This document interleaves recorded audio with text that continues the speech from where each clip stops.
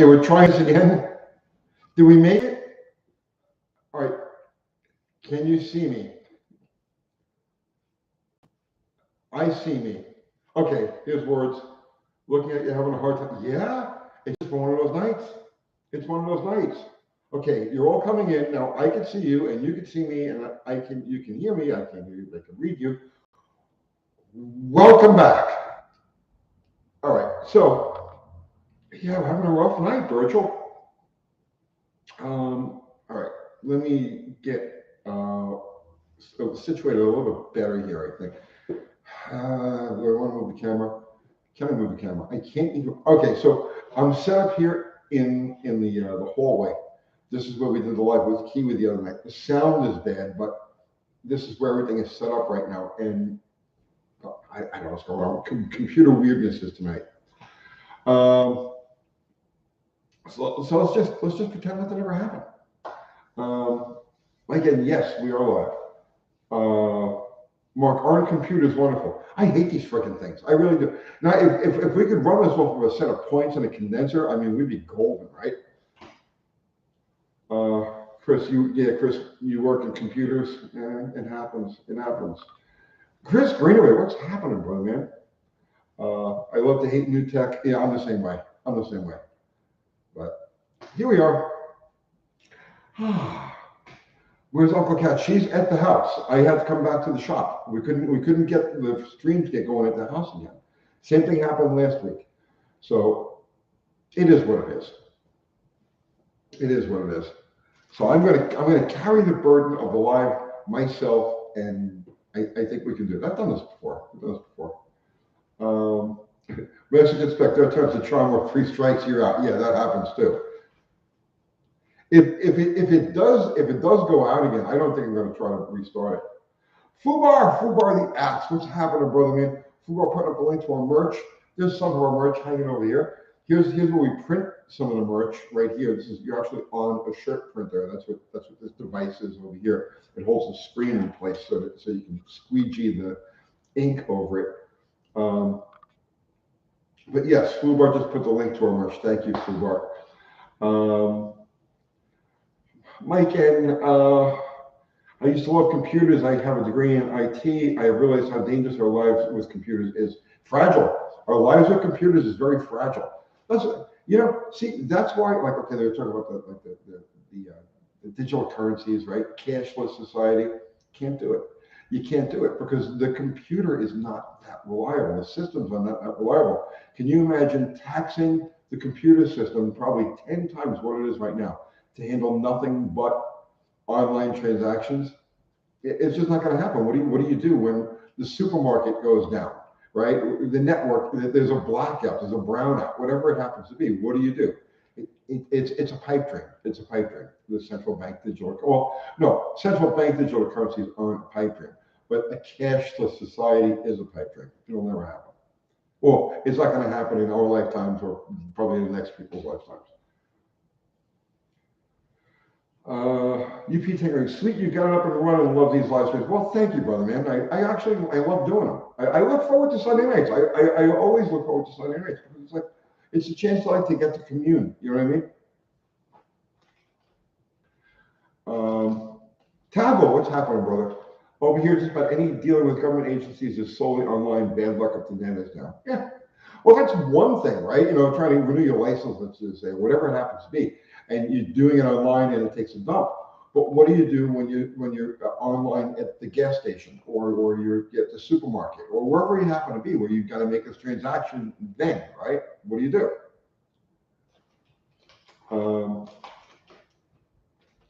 Rorschach, are we painting the cars blue to keep them safe from sky lasers? I saw that. I don't know what to make of it. I don't know what to make of it. I saw that. I don't know. It's weird. What's really weird is his hangers in the back. Okay, this has to be the strangest live stream. Look here, I'll just move the chair. It'll look like I got a guest coming, right? I'll move the chair in front of the hangers. This is the strangest live stream background in all of YouTube history, isn't it?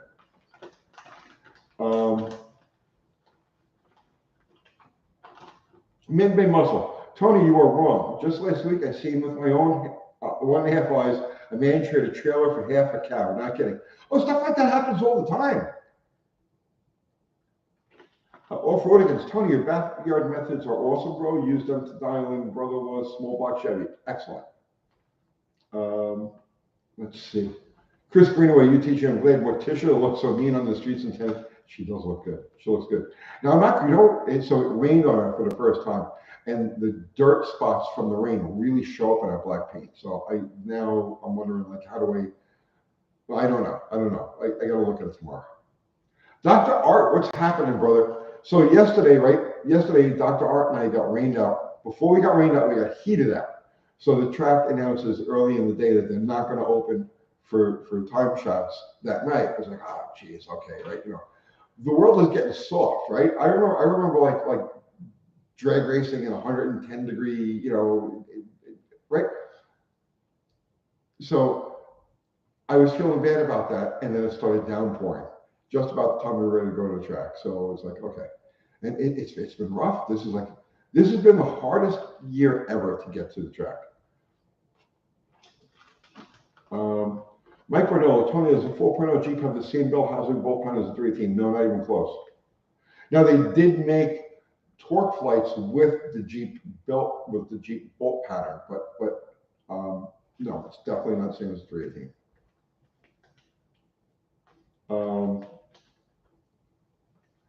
Mopar Maniac, do you have any videos on how to measure for custom push rods? Yes. Search it.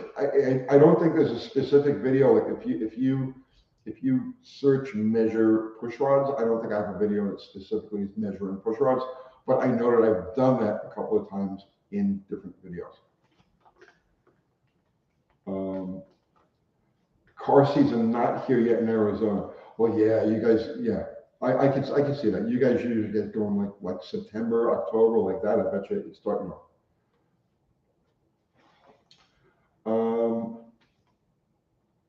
Dead Dodge Garage. What are you doing on my live stream, man? You're supposed to be having your own live stream. Oh, is that what happened? You commented and it crashed? Aren't you supposed to be on yourself right now? Don't you do a Sunday Night Live?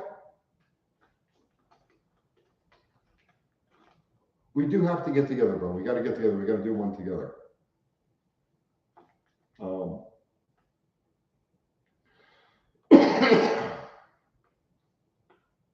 Let's see. J217 to J2. Oh, a lot of numbers there. Hey, Tony, do you have any luck running a Mopar 590 cam? Just curious on your opinion because I love them. You mean the 509? I'm not familiar with the 590. The 509 was like this street cam. It was like the street and strip cam for years and years. 590 is big block, small block. I'm not familiar. Stevie B, what's up with Steve Maggs? Is he okay? I do not know. I've been trying to get a hold of him. I've called both of his numbers, sent him emails, sent him messages, and he hasn't gotten back to me. Which isn't unusual because Steve's kind of like that. Like you'll send him a message or whatever, and then you won't hear from him for like a day or two, and then boom, he's all in. So, but I've tried now since last Sunday. I've been trying to get a hold of him. I can't, and I don't have any other contacts for him. Like anybody who knows him, tell me what's going on. So I don't know what's going on with that. I hope he's okay. I sincerely hope he's okay. Joe Jackson, he was in the hospital. What was he in the hospital for?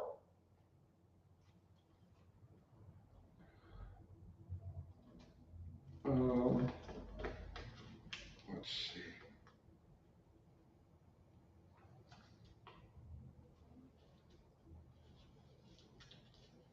Did this freeze again?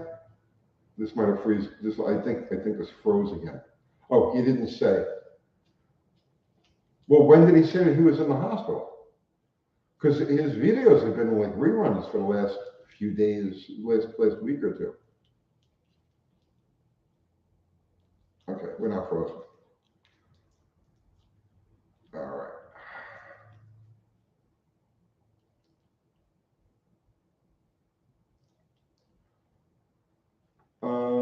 Ever North, old school long ram intakes. Any experience, any feedback? I'm very, no, I have no practical experience with it. I've read up on them extensively. I've sought out every bit of information. I had a set, but I never had them installed on anything. They hung around for a while, and then I got rid of them. Yeah, I'm very interested. If I could find a good deal on a set, I think I'd like to try something with them. Jake Fuller, thank you, sir. What's your take on modern second generation Hemi reproductions? I mean, it's all been good. The first one, the reproduction blocks, the Mopar performance blocks, I know there was an issue with those, but I don't remember what it was. But I mean, there's such a big variety of second generation Hemi stuff out there now. And I tell you what, at this stage of the game, it's been around for so many years, and it's been so many different incarnations that it's almost hard to screw it up, right? But back to the long ram question from Evernorth. The problem with those is that they don't fit very many cars.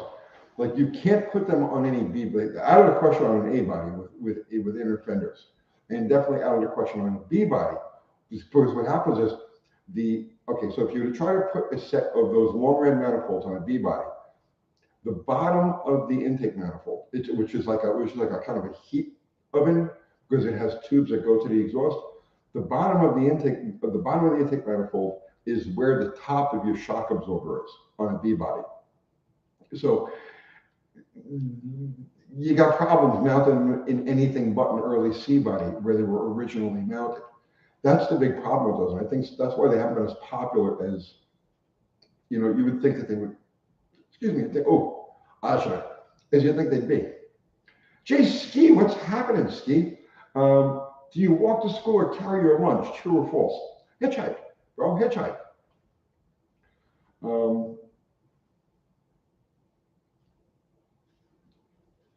Let's see. Off-road against Tony, are the aftermarket adjustable rock arms for the LE360 worth to $250? I have a set. I got on an engine that I bought them on a whim. Somebody bought them, and then I bought them off. They bought them for like whatever the price was. It was like $250. And then they sold them to me for like $75. And I was like, yeah, let's see what happens. An under 6,000 RPM motor without like battleship valve springs, they might be okay.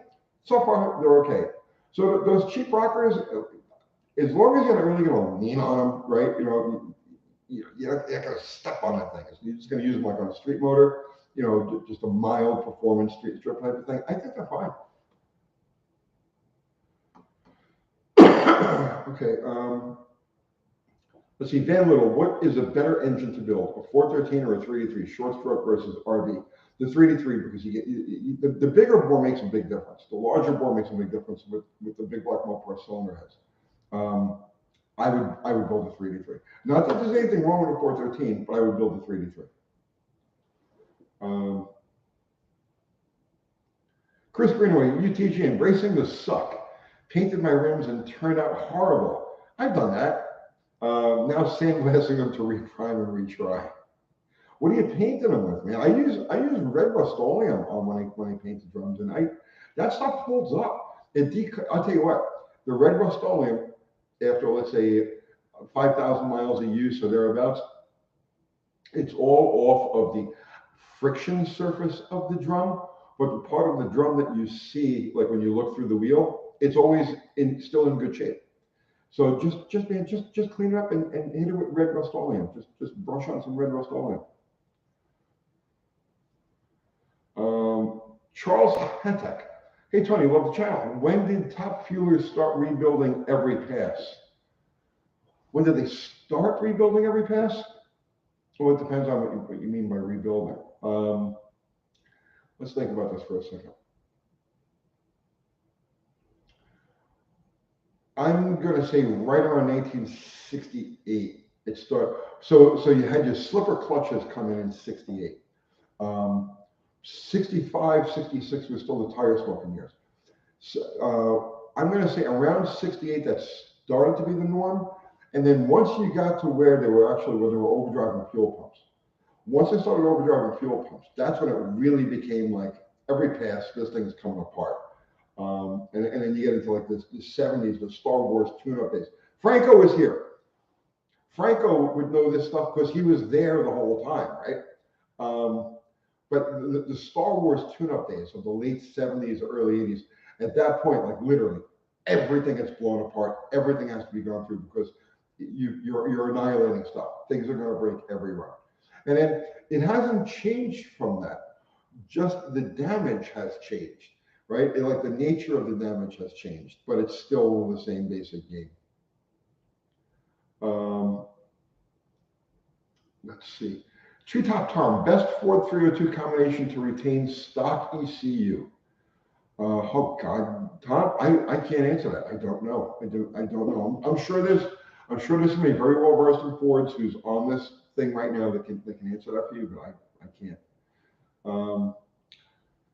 Andrew, did you ever know Reed Wisnett? No, I didn't. I followed him when he was the last guy. He was the last guy out there with the Mopar stuff of the original clan, right? He stuck with it. He stuck with it when everybody else was gone. And that was before like the not the Rod Shop. What the hell was the name of that? The Darrell Alderman. It'll come to me. Let's see. Yes, Dirty Knobs, we're back and better than ever. Wayne County, that was it.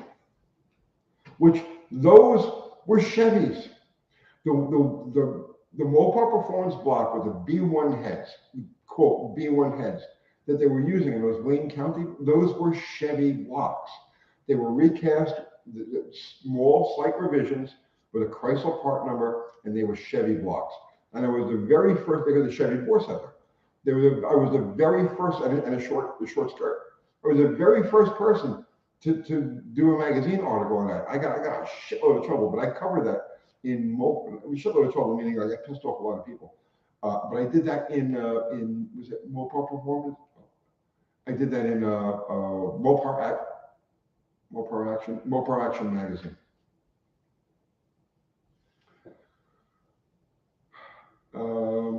Bad 66 Chevelle. I heard Finnegan used the Mopar thermostat housing on a blown big block Chevy to get it back. Yeah, I can see that.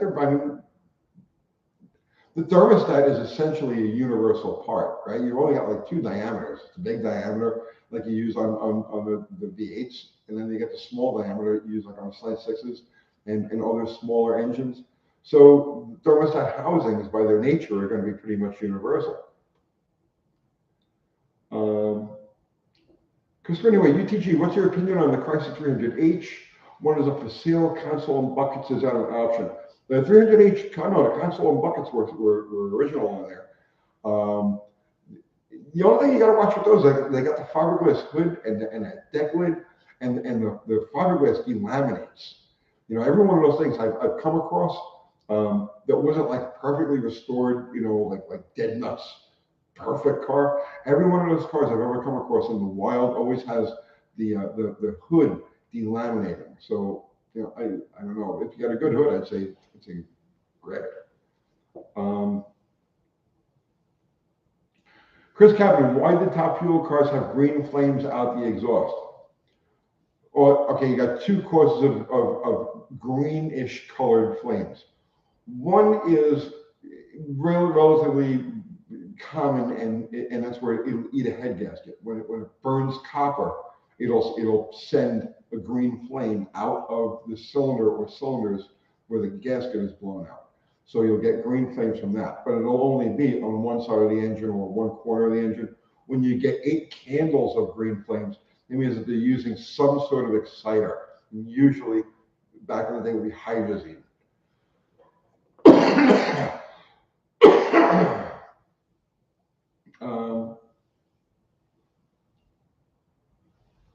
Let's see, Granny's Garage, UTG, common causes why my turn signals are flickering as they blink. 75 dart. Oh God, I don't know, man. Flickering as they blink. There's no common, the only common area, if it's all of the turn signals, the only common place where they all come together would be in the turn signal switch. The turn signal switch may be on its way up. Um,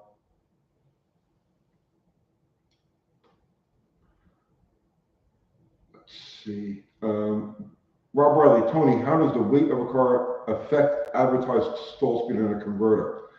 The lighter the weight, the lower the stall, unless you can ram the motor into it. You know. Now, so if you've got a let's say you got a 2,500 watt car and you got a 4,500 RPM converter. If the motor doesn't attack the converter, it'll move the car before the converter can, which is going to happen on a slag hammer right now. The engine can't. I'm still working through tuning issues with it, and so the car begins to move before the motor can work against the converter. So it acts more like a 2,500 or a 3,000 RPM converter. When the motor snaps into it, it'll work the converter. And the lighter the car, the more responsive the motor has to be. The motor has to run into the converter to get that RPM. Does that make any sense?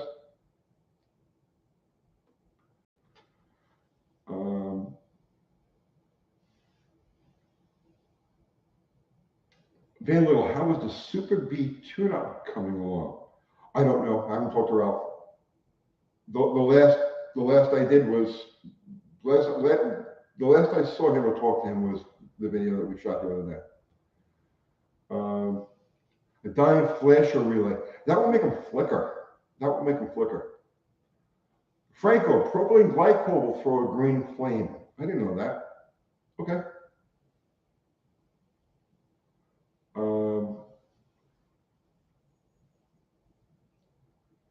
Let's see. Off-road against, hey, Tony, how do you make paint stick to headers? You don't.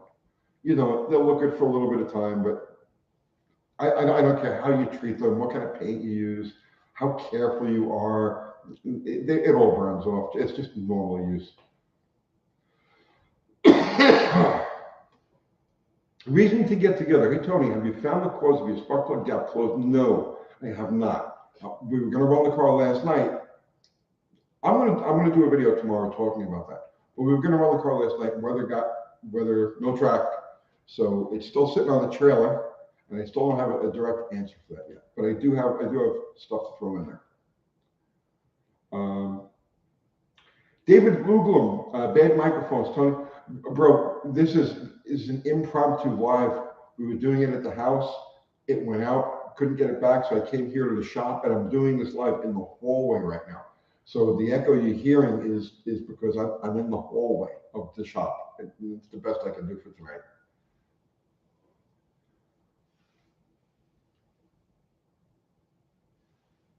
Dakota, what's happening, Dakota? White Rust-Oleum grill paint has stuck on for me, but I put maybe 1,500 miles on them so far. I mean, they'll work for a little while. It'll work for a little while, but I mean, they all end up burning off. I've tried so many different ways, and I just finally gave up.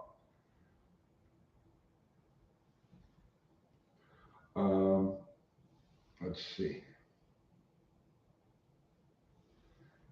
Mexican spec, that sounds like a failing voltage regulator. Does anybody else agree with me? Oh, you mean the flickering with the turn signals? Only when the turn signals are on? Why wouldn't you get other symptoms? Chrome headers are good, but they turn blue too. You need the Alumicoat ones.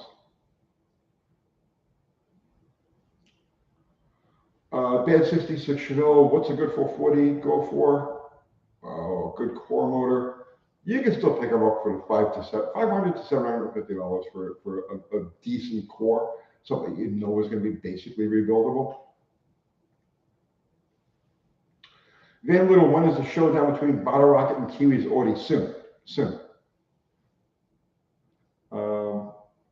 Joey, Michigan, UTG, weren't you supposed to come from Woodward? I was, but we went to the track instead.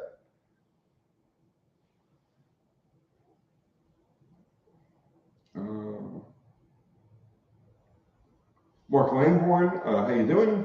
Thanks for your help on the Holden 355 stroker. Well, I'm glad I could be a help.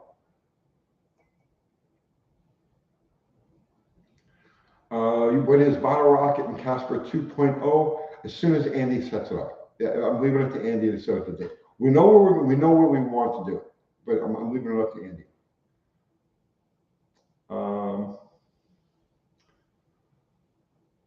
Bad 66 years old. What engine mounts would work best with a 440 and a 57 Bel Air, A body, B body, etc.? Oh God, I don't know. You're going to fabricate mounts, man. You're going to fabricate mounts.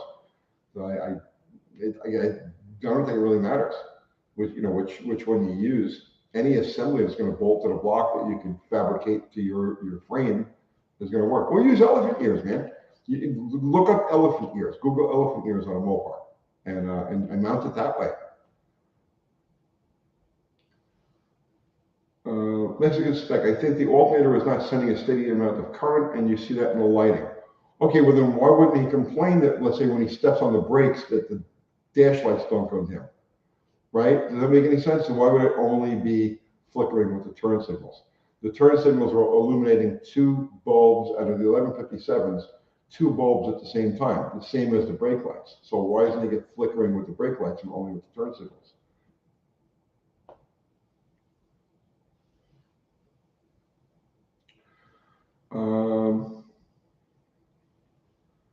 57 Chevy had that weird mount originally. Yeah, I know.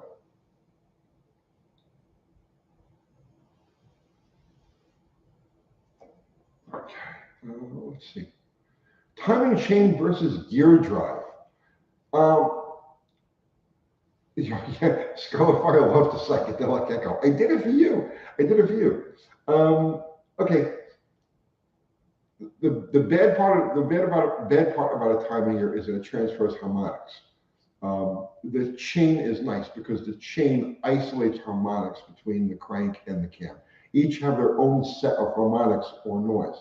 So the timing chain, and the reason why the timing chain was always such a commonly used piece, was because it soaks up the harmonics. It reduces the long-term fatigue on those parts. If you look at cars that came from the factory with a gear drive, and there was a bunch of them that came factory with gear drives, they would use a nylon or a composite cam gear in the name of soaking up those harmonics. Gear drives, metal to metal gear drives, don't soak up the harmonics. So a gear drive is good to use where things are extremely stressed, where accuracy, forget about the accuracy part. A gear drive is good for short-term extreme use. Other than that, I would use a timing chain.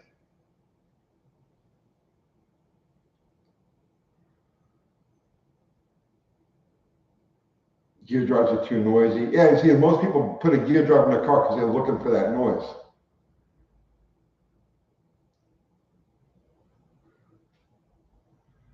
Okay.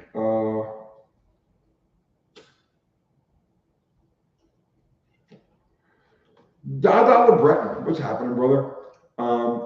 Small block Mopar question.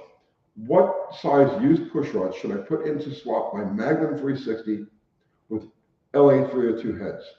Do you know what length is needed? A lot more to do than just drilling the 318 intake.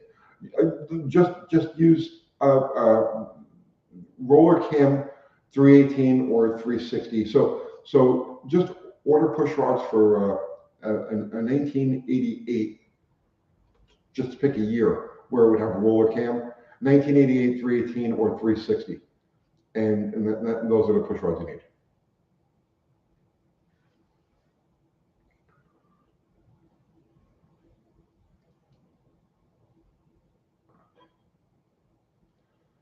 Scarlet Fire, could my 70 Olds 455 have a noisy lifter sometimes and only at 1900 RPMs?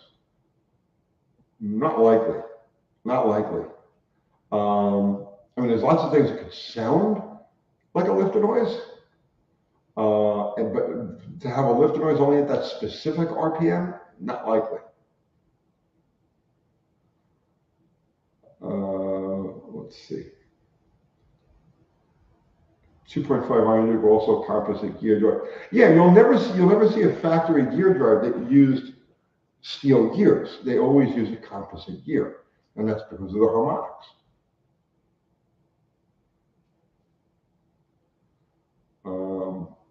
Let's see.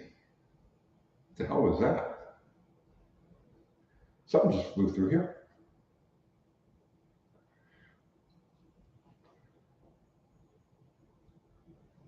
Let's see. Mark Niblett, are the empty coat hangers behind you from good sales? Yes, we sold all of that earlier in this live. Straight bullet, look for an exhaust leak rather than a bad lifter. That makes sense. That makes sense. Troy Bridges was recently told 308 head casting for 360 LA flow just as good as aftermarket, up 400, 450 horsepower. Thoughts? If there's any, okay, the 308 heads, and I've got a set sitting inside. The 308 sets that I've looked at, including these, look like they need just minor dressing, especially in the exhaust port, right? They seem to have a sharp ledge at the top of the exhaust port. I would dress that out. Other than that, those heads look really good.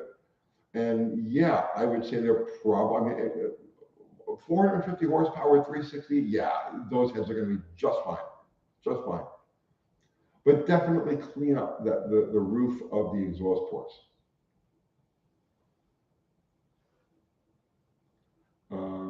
You got a Hardee's commercial, and now it's buffering. They put a commercial in eFog and during live stream. Weird. I have no idea. I have no idea. Mark Niblett, you mess with a flow bench. No, I think that's the white man's territory. I don't go there.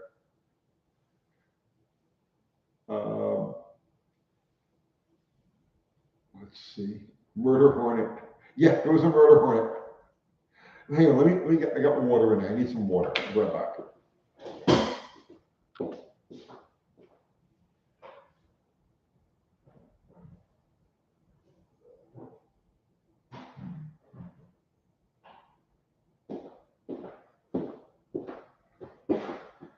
All right. This is weird, right? With the clothes hanging behind us and the racks.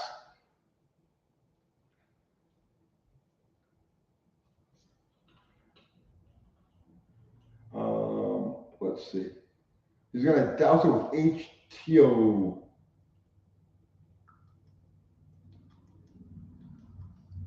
Oh, yeah. There you go.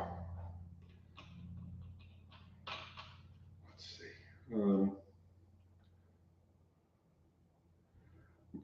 No, probably somebody turned on their grow lights and blew out your internet. Possibly.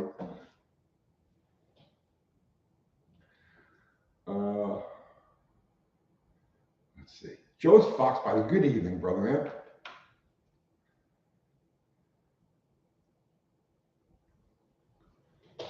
Tabo, you get ads. I'm not getting paid yet. Yeah, you know that's a creepy thing that YouTube does.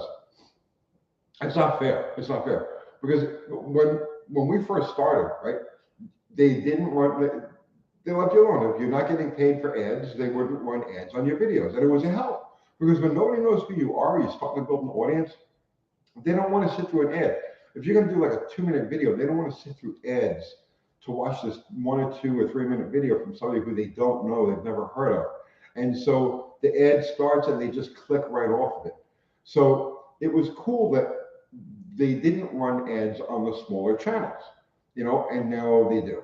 And that's just not cool. That's just not cool.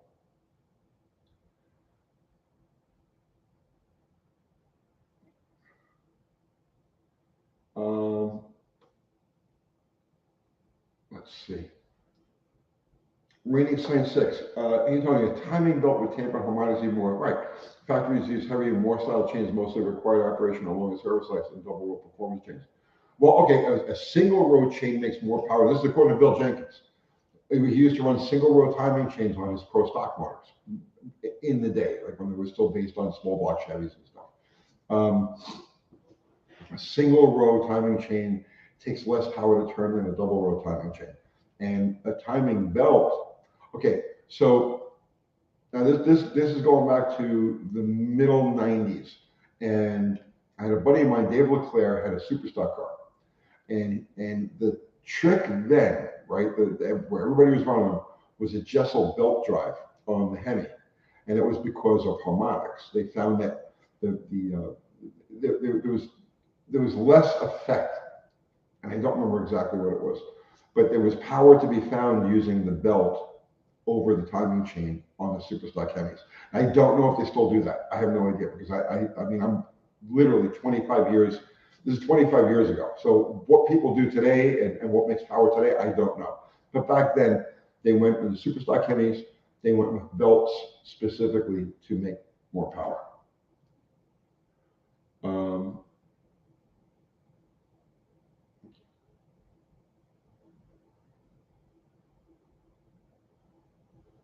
Let's see. That's Burton. Okay, follow up. The stock ones in the Magnum 360 that are already in, are they the same? No, they're not. The Magnum uses an AMC rocker arm. It's a whole different animal. If you're using an LA head, you're going to use the LA rockers. You're going to have to use a pushrod that goes to the roller cam and LA rockers.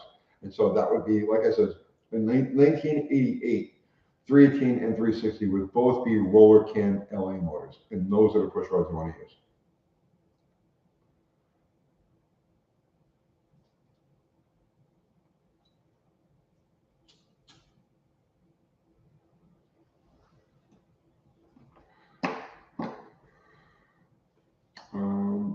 Let's see.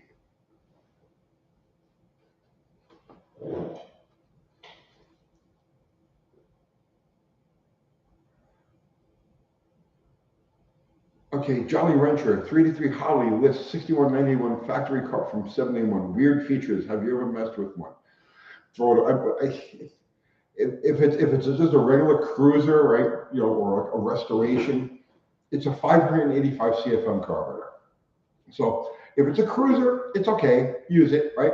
If it's a restoration, a show car, use it, it's fine. But if you're trying to get any type of performance out of it, especially on the 383, forget it. Just absolutely forget it. And I honestly believe Chrysler did that to hold those motors back. Those small Hollies, they use them on the 440s and they use them on the 383s. And I believe they did it to give the six-pack and the Hemis a little extra edge by under-carbureting the wedge motors, because they were definitely under-carbureted. Charles Elert, Tony, will be getting back to the Jeep engine. Yes, I will. I will be.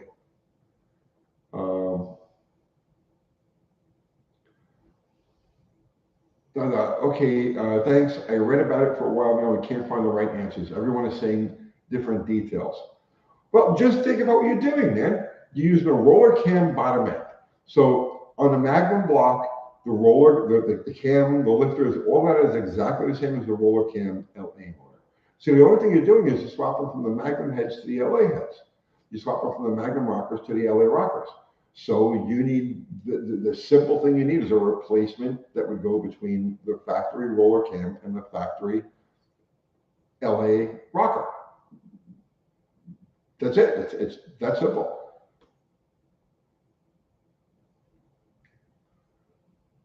Let's see. Scarlet Fire, how does the oil pressure fill the push rods up to the head? There is no port to pressurize them. On what kind of engine? See, on a Chevy, there's a hole in the middle of the lifter. So, not just Chevys, later like Magnum engines, Chrysler Magnums also have it. There's a hole in the push rod in the center of the lifter that mates up to the hole in the push rod, and that's how they oil the top end, let's say on Chevys. But the Chryslers, they oil from the top down. They pressurize the rocker shaft, and then from the rocker shaft, it splashes off the rocker arms and oils its way down.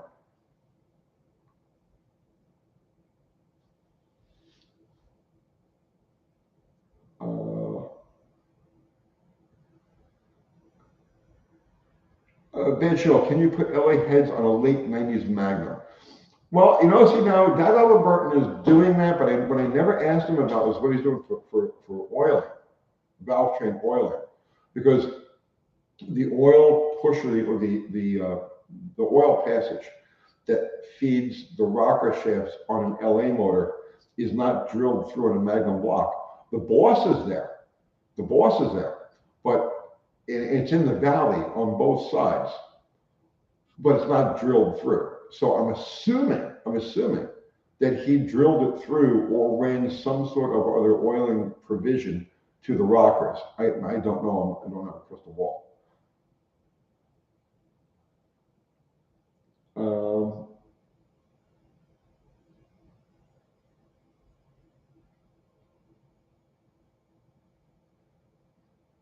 Jolly Richard, the 6191 carb has a secondary of an 850, smaller primaries. Are you sure it isn't more like a 780 CFM? Well, now, I don't know the carb number, but if it was the factory one off of a 383, they came out to 585 CFM. That would be 1970, 1971? No, 1970 was the first year to use that. Previous to that, they were using Carter 6 1/4 AFBs.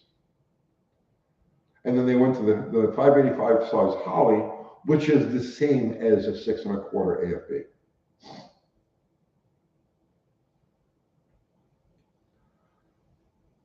Charles Hightech, Hetek. I already missed Plane Z. Don't miss it. Everything, all the mechanical stuff is here. It's all going to end up in the Belvedere.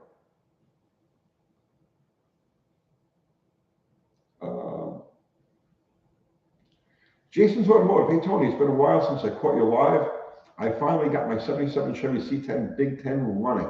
Congratulations, by the way, and welcome back.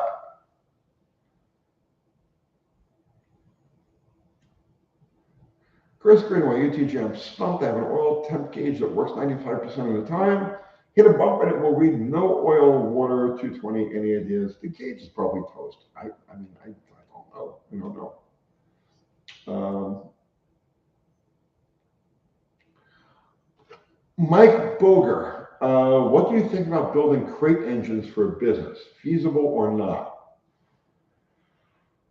You have a really hard time competing with the high volume guys. You know, anytime you do a business like that, man, it's always a matter of volume. You know, how do you compete with the cost? When you're a big volume dealer, you're buying lifters and they're going to cost you, let's just say, for the sake of example, $60.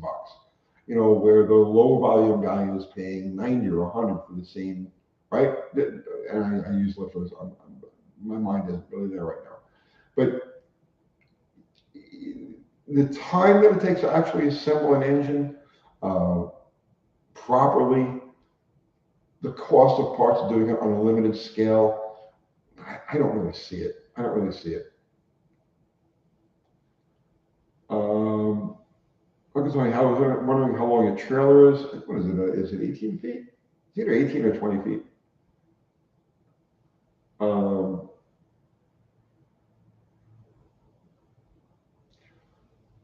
Okay, Dada Breton, about the oil passages and the heads through the pushrods from the LA to the Magante details, I'm there in the processing.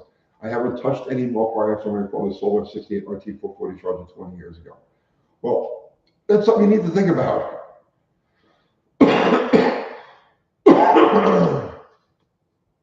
Bob Bump, Tony, a notable Holly distributor and notable tuner agreed with you.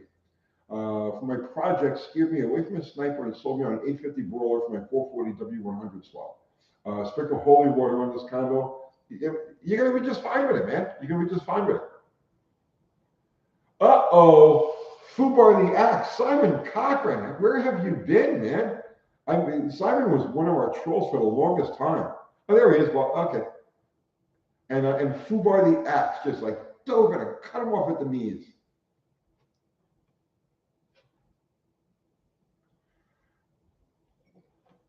Okay. Chris Cabin, if you build crate engines, hire a lawyer. Yeah, that too. That too. Because anything that can be screwed up by the installer will be screwed up. Yeah, you see, I didn't even think of that. But he's absolutely right. Bruce Lee KO, thank you for the super chat, my brother. Hopefully this can buy you 2 gallons of gas. I appreciate your content. Still waiting for your conspiracy theory channel. Stay safe, sir. It's not a theory. It's not a theory. All of the stuff that I was talking about 25 years ago is all happening now. It's been happening for no conspiracies. No conspiracies.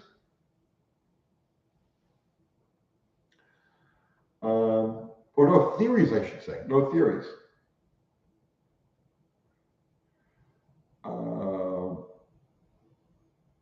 J. Russell Finch. What specifically do I lose by lowering my stock compression 13.5 to 1 pistons that give 9.5 to 1? So if I remember correctly, the formula is 4% per point. So the difference, let's just say between 9 and 10 to 1 compression is a total of 4% power output. So do the math. So you're going down 4. You're going down 4 points. 4 times 4 is 16. So you're looking at a 16% horsepower loss. I don't know. Do the math. Approximately 15-16% horsepower loss, going from 9.5 to 1 to 13 to 1.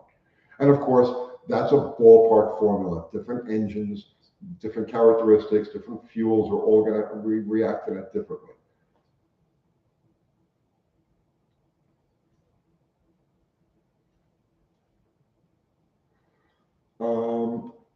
Scarlet Fire, is there an equivalent of a Mopar version of the Target Master V8s? Well, they were selling crate motors through Mopar Performance. I have no idea if they still sell them or not. But honestly, bro, there isn't enough volume. Even when you talk about like the Target Masters, the small box, there really isn't that much volume for those engines anymore. You know, the LS has pretty much taken over that. For the Mopars, the late Henny has taken over. It'd be a really slim market.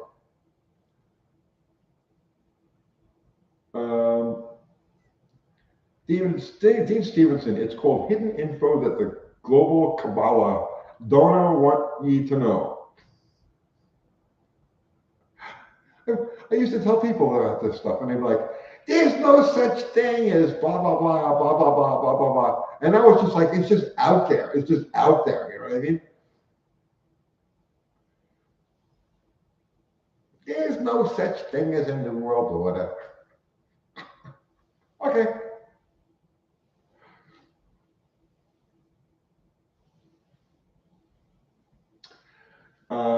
Van Little, okay, we know there are certain things you can't talk about. Yes, there are certain subjects that we cannot talk about. And now I realize that I was crossing bridges I shouldn't. We had the Economic Ninja on. We did a really nice live. It was a fun live. But I went too far in describing certain situations. And I immediately took it down. Because I value my YouTube position. You know what I mean? I don't want to, you know, so you got to be careful what you talk about. You got to be careful.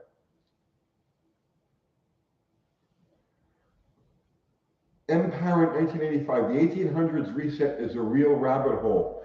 Did you go down that rabbit hole? Because that is, okay. So M. Parent, have you studied the Chicago World's Fair? Study the 1893 Chicago World's Fair, right? And look at the details there, and it will blow your mind.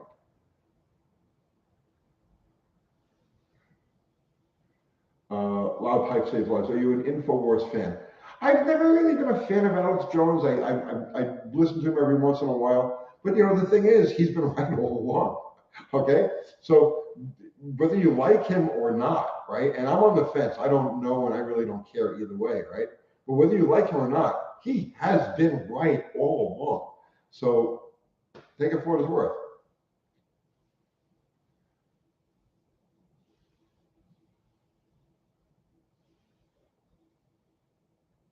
Uh-oh, Ari just chopped somebody.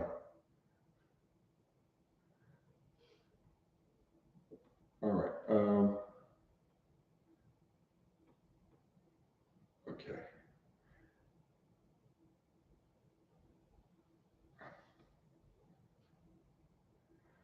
Bad 66 Chevelle, I have a serious question. If you go live and drink a couple of cold ones, will YouTube boot you off while we work on your project? I don't believe so. I don't believe so. Now, me, myself, I strongly disagree with alcohol around any piece of machinery, whether you're just playing around in your shop or you're at work, whatever it happens to be. I do not believe that substance is a machinery mix, period, the end. And there's just, And I know the vast majority of guys that like to tinker with their cars, like to sit and have a couple of beers while they do it. And, it doesn't make them bad people. But for me, from my perspective, how I view things, I don't believe that any substance and machinery go together. Other than coffee. You know what I mean? Coffee is fine. Anything that heightens your senses, anything that makes you more aware, anything that makes you more conscious of what you're doing. So like stimulants like coffee and stuff like that.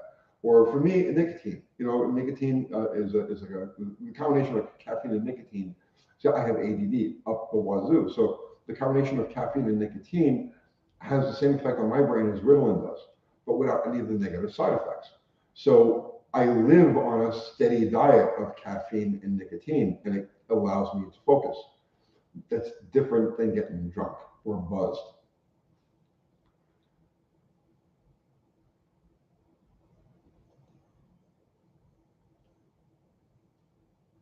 Bad 66 Chevelle, I should meant I would block saying no power tools. Bro, I'm not your mommy. You know what I'm saying? I ain't your mommy. You can shoot dope while you're block saying your car, and it doesn't affect me one way or the other. I'm just saying that I don't believe that any substances belong around machinery at any time. You know what I mean? At any time. But again, that's just me.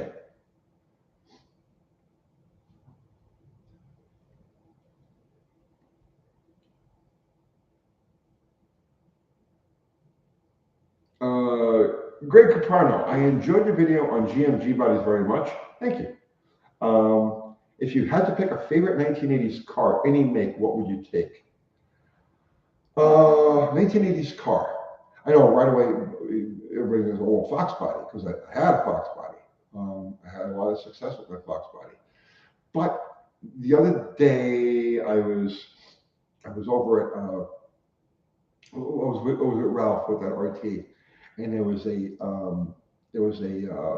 burgundy 86 Monte SS there, and I loved that car. And I gave it a quick look over. I don't have the room. I don't have I've been trying to get rid of cars. I don't want to add cars. But after seeing that car, yeah, I might say a 86, 87, 88 Monte SS. Ask me tomorrow and I'll give you a different answer because that's how I am. Yeah, Great Nationals were cool. I liked them. Great National, the Turbo Buick was another one. I had a lot of success in my magazine days with those cars. I don't know.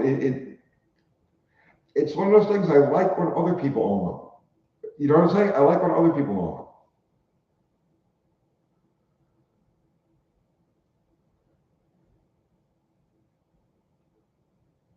No, I like ugly cars. I like them too.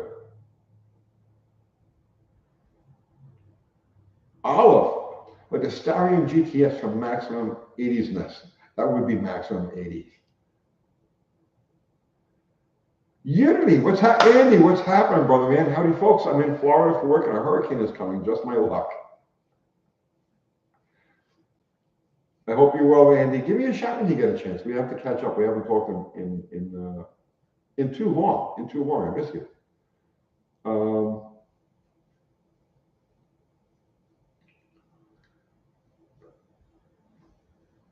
Let's see. New Bomb Turk, an 85 SVO Turbo Mustang.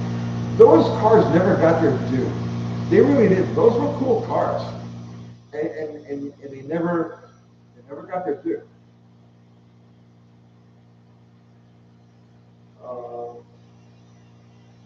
The compressor just hit on in there.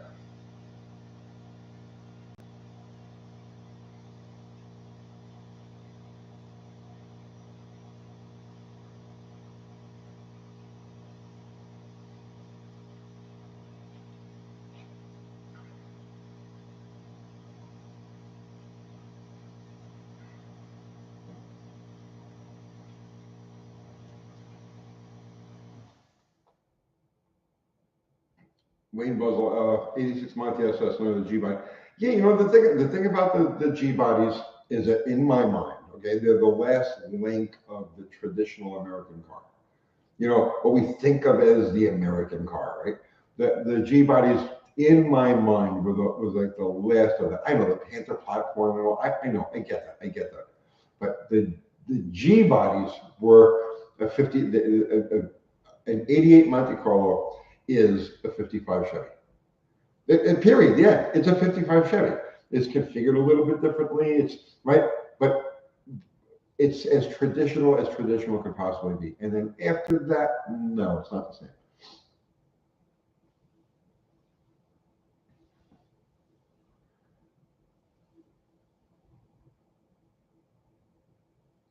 Arthur Fiddler, Tony, I have to disagree about the Holly from 68 to 71. 440 and 3 and 3 being their two limit performance. There was a Carter ABS available on the 375 horsepower cars in those years. I know. And okay. 68, 69, you had the 6 1/4 ABS. 70, they went to the Holly. The 6 1/4, okay, remember that a Holly always flows more than the equivalent Carter, and that just has to do with the construction of the carburetor. So a 585 CFM Holly flows the same as a 625 CFM Carter. And in 1970, that's what they did. They substituted the ABS for the car for the Holly. So, but the Holly wasn't there in 68 or 69.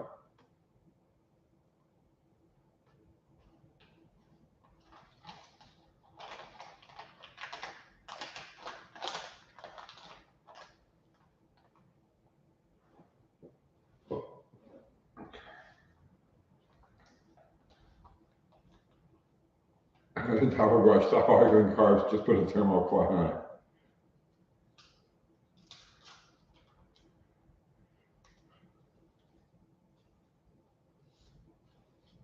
Loud Pipe saves lives. Have you seen Cabral's comeback? I have not, but I'm glad he's back. Welcome back, Brian.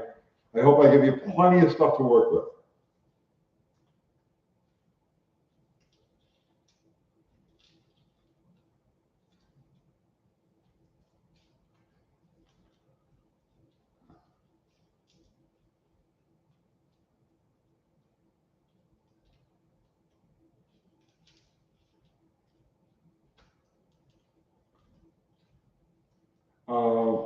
Was I ever into the forward look Mopars? You know, it's funny. It's funny you bring that up because I was going to do a. I am going to do this video. This video. Oh my God, I'm scrambled. Okay. This week I'm doing a video, and it actually some of it has to do with those forward look cars, and it's a personal reflection thing.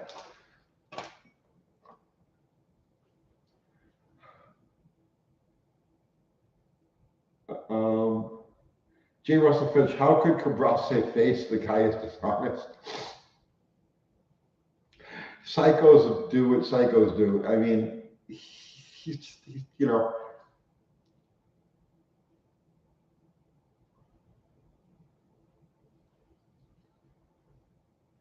Stoic Steel, is this the out of content stream? It could very well be. Fubar, put the link to our merch again. I'm not wearing merch. I'm wearing a Buffalo Valley Dragway t-shirt. But Fubar put up the link to our merch. So if you want to buy a hat, a shirt, anything like that, there's the link. Thank you, Fubar.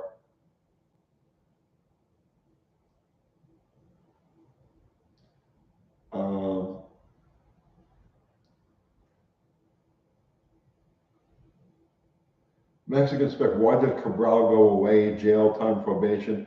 No, he got nailed. So he made up his whole life with like Hell's Angels and his girlfriend and like all sorts of stuff, a car accident. And he made all these things up, and he was using pictures that he pulled off of Google Images to tell his story, to illustrate his stories. And one of our viewers, guy's name's New Guy's Garage, did some research. Actually, a few people got together and they did some research and they found out all of his history. and his military records and or lack thereof, all sorts of things. And they called him on it, and he disappeared. He was gone for like 3 or 4 months. He's such a nutshell. Rob Riley loved your video on the Black Ghost. Well, thank you, man. A lot of people did. That triggered a lot of people. I like triggering people.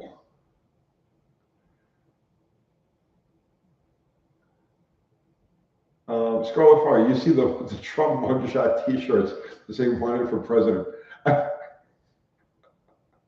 That's priceless. That's priceless. But you know what? I got to tell you, right?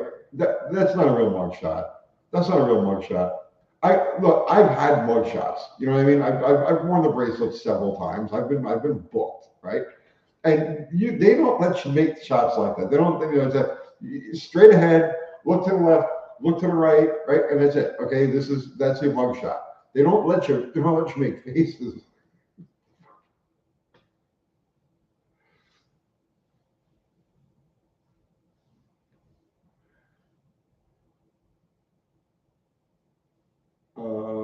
But that's all part of the show. You're watching a show.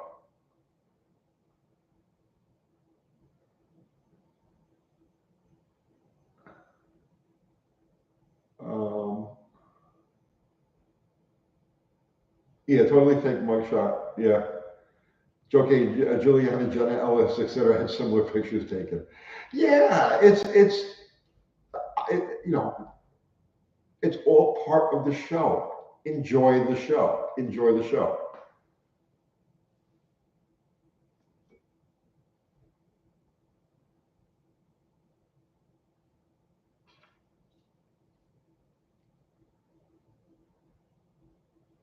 Chris Cabin, my last mugshot, the cop was holding my chin. Yeah, you got to tell that story, man. That's great.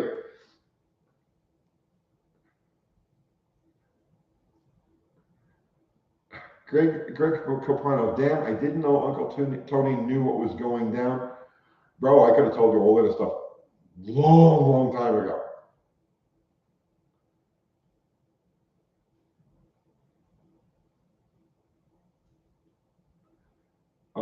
Clinton's Toolbox, you've probably seen a lot of drag accidents over the years. What is the most common type of accident in Dorseymer type cars? Any tips to keeping safe? Any tips to... The most common Dorseymer accidents happen with very, very stiffly suspended cars because there's no give. So the lower the car, the less suspension movement there is, the less forgivable it is to minor steering inputs. So you're going on the track and you have to make minor corrections, and it makes minor corrections just fine. But if you're seriously out of shape, there isn't enough give in the suspension to keep both tires on the ground.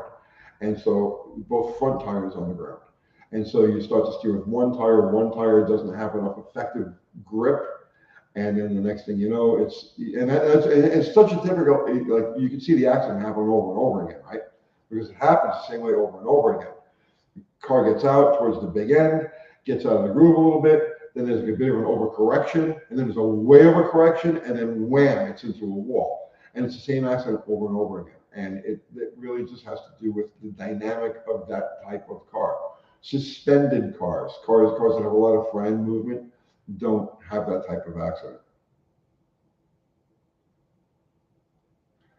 Joe K, so I'm late. Why at the shop? Where's Kathy? How's Winnie? Kathy's back at the house. Winnie is fine.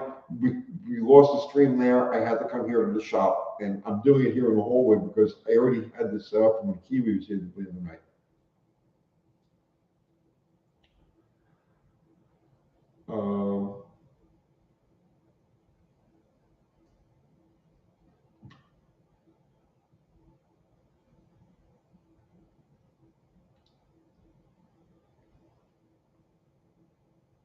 Gas shocks are nice, I guess.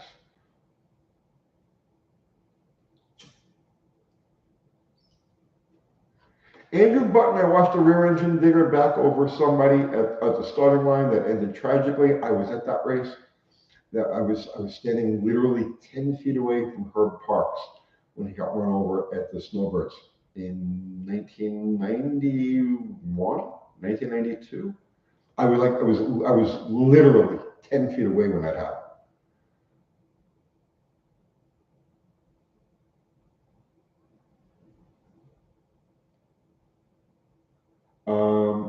Bad Chevelle, UTG, can I mail you pictures of my 57 Bel Air to Christine conversion fan mail? Bro, I don't look at mail, I don't look at emails. I literally, bro, you could send it, I'll never see it.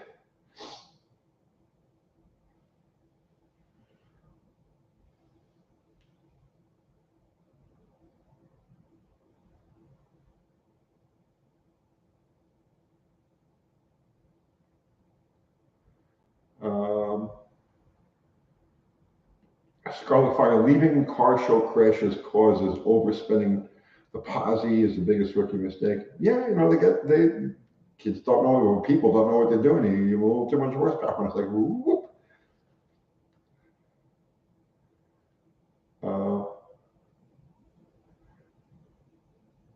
Bad 66 UTG will order a shirt. The Fubar puts up the link occasionally, or you can just scroll back and find Fubar, and he's got the link for our merch. Standing foot, are you banned or timed out? Neither. I see you.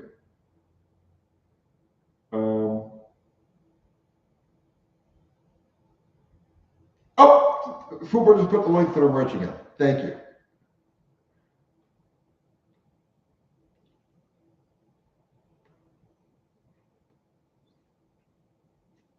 Dean Stevenson, Mustang drivers need to go to the house of detention.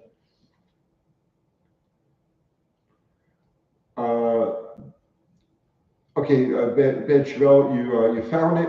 You still have a lot of large T-shirts. Yeah, we got every size. J. Russell Finch, Tony, when is your lease up scouting new digs? Yes, I am looking for new digs. Well, okay, I'm not looking. I'm scanning. I'm looking over my landscape to see what's out there, what's available. Right? There's not much right now. I'm going to start looking hardcore in January.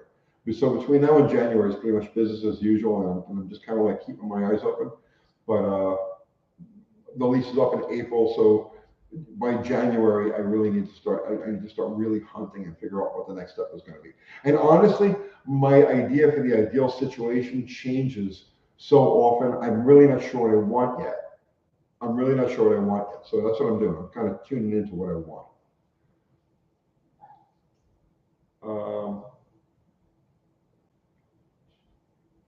Let's see. Josh H., who was the weather guy you suggested? Ryan Hall, y'all.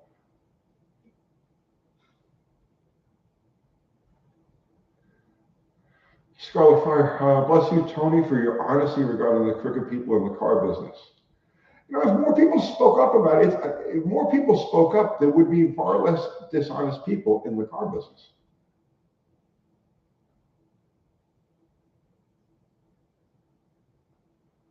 Standing for Tony, I have a book from Dodge with pictures, the bicycle to the 80s cars. I'll send it to you. Thank you. Oh, no, don't send it to me, brother. Thank you. I probably already have it. I have so many freaking books. It's ridiculous. Thank you, though. I do appreciate it.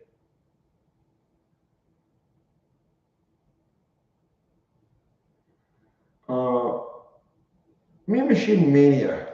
Hi, Tony. You have said before that you like WhistlinDiesel and no ill intent, but I'm curious what to like about a guy that disrespects old American iron like that. So the thing with WhistlinDiesel is that he transcends the car guy. See, like, okay, if you watch his videos through the eyes of a car guy, yeah, you're going to find a lot of stuff that upsets you. And I got to tell you, what he did to that poor Model T triggered me. I could not watch that video. I couldn't watch it, right?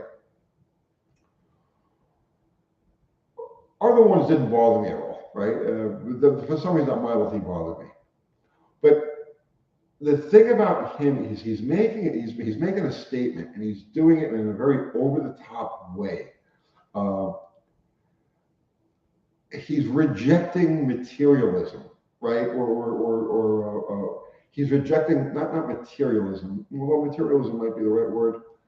He's rejecting the posturing, the egocentric, he's rejecting all of the negative things in our culture, in the car culture. He's making fun of them. He's rejecting them. He's making fun of them. He's smacking the face of those people. It's not everybody's cup of tea, but I respect him for what he's doing. I respect him for what he's doing. I get it. I get it. I get it.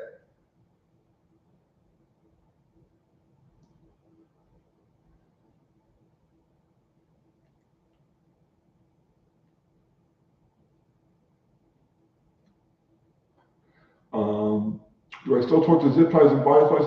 Occasionally. I haven't talked to him in a while now, but he's in Canadistan doing his thing. I'm in Tennessee land doing my thing, and we don't really do the same thing, so there's really not much overlap.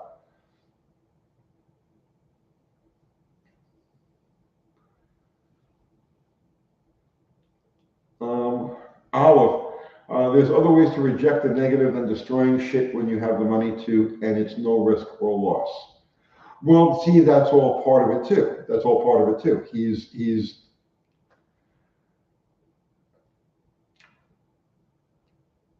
I get it. And I can't really explain it. I know, and there's that saying that if you can't explain something, you don't understand it. But that only applies to mechanical principles. It doesn't really apply to existential things. I can't really explain it thoroughly. I can't explain it. I just can't. But I get it. I get it. Ari, what's happening, man? Have you ever punted a quadrijet? No, but that would hurt, bro. That would hurt. Even with the steel tips, that was still that's a heavy hunk of die cast, whatever the hell that is.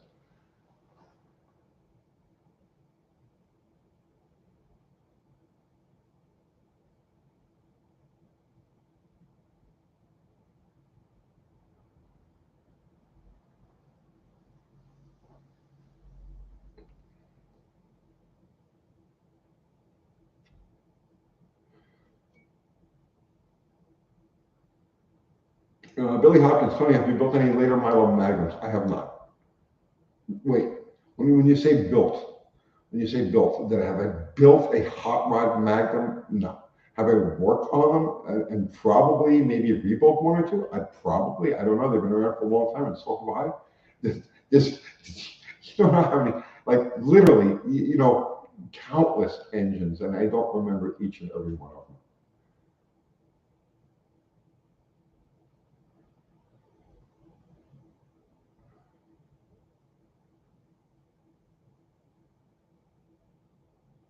Tony's quit smoking video is legendary.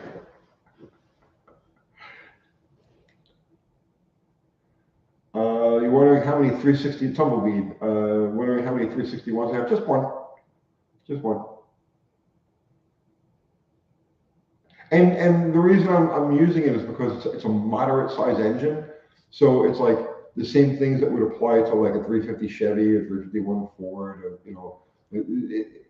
a 360 Mopar. It's in that size, and so I like it. And that's why we're going to use it in the mule.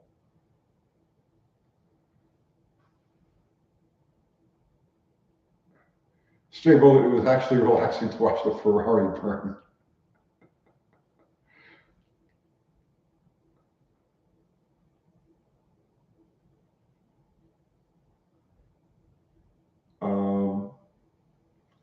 Texas Red, I ran my Duster at the track yesterday and bogged hard off the line after pumping the throttle. It ran out the back door. 318 out of block ABS2 carb played with timing, took off regularly. I was gonna say timing. I mean, where do you get the timing at?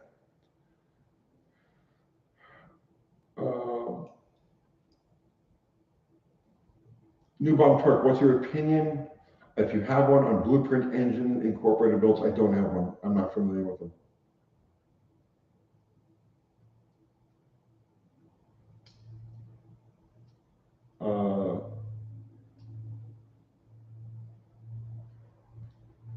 Let's see. Is Ron Wood ever going to get a podcast up? I wish he would. Ron's one of those guys. He's got the gift of gab, and he's an announcer. You know, he announces all different races and stuff and events. So he's got the gift of gab. He would make an awesome podcaster, but he doesn't do it for some reason.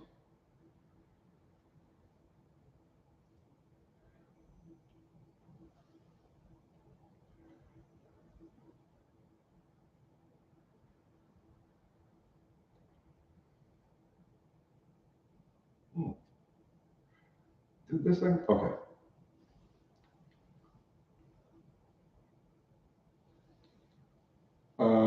Greg Capuano, my best friend's first car was a 70 Fury 3 convertible with 318. Was that rare in any way? I've never seen any other two-door very like that. It's not exceedingly rare. I'm sure they didn't build many of them, maybe 1,000. I don't know. I don't know. You got to look at the production. It's not an exceedingly rare car, but it's rare enough to be interesting, and definitely rare enough to be cool. Joe K, have you ever used smoke to find a leak in a vacuum line or vapor evap line? I have not. I have not. The vacuum leaks I've always done, you know, squirting gas or a flammable liquid. I've always done it that way. It always works. It's foolproof. Even I know it's really the only practical way, or it was the best way to do an evap system. But somehow or another, I managed to fix many evap systems without ever using smoke. So I don't know.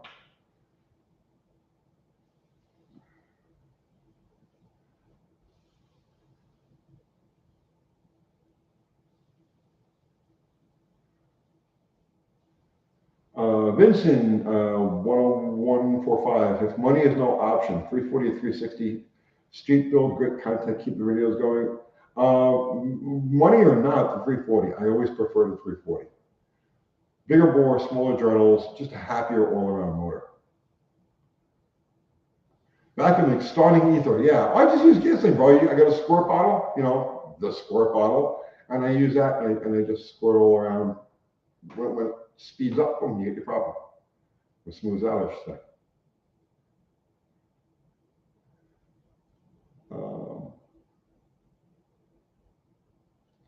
Tumbleweed 77. I used to bump into 361s in heavy trucks and junkyards. Yeah, they built them right to the end.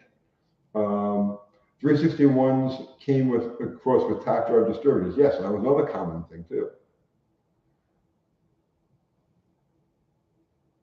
Wayne Buzzle, I've used acetylene and propane to find manifold leaks. Acetylene, that's hairy even by my standards, right? I don't think I would use acetylene. Propane, yeah, I could see using propane, but acetylene, boy, whoop.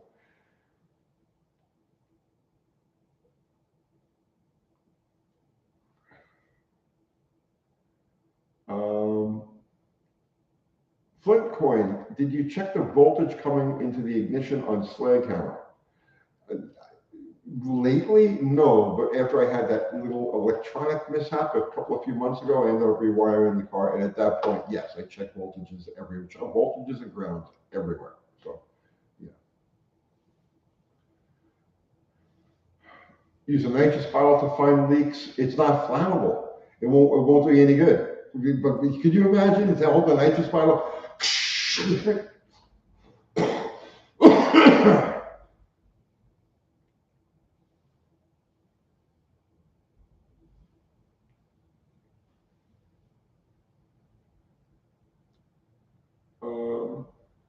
No such thing as a 361 tall deck. There was a 383 tall deck, but never a 361. Scotty Kilmer smoked a cigar and blew smoke into the line to find a leak. Yeah, you can do that.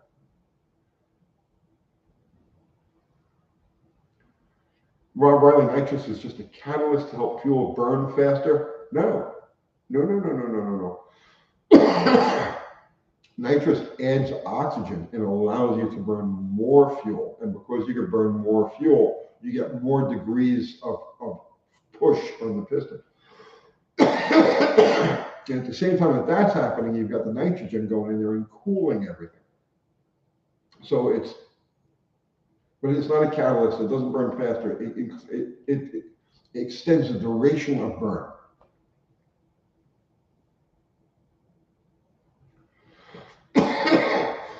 Excuse me. All right, let's see. Scott is a genius. He gave me a good shout out once. I did what video was it? I don't remember. I did a video. I forgot what it was. And Scotty gave me a shout out. I got like 20,000 subs like overnight. Forever grateful to Scotty for that.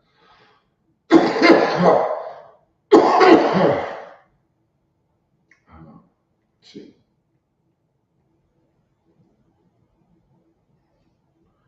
J. Russell Finch, does nitro bump compression? No.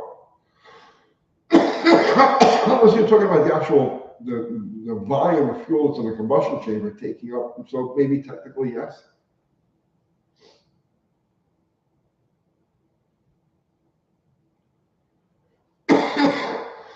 Let's see.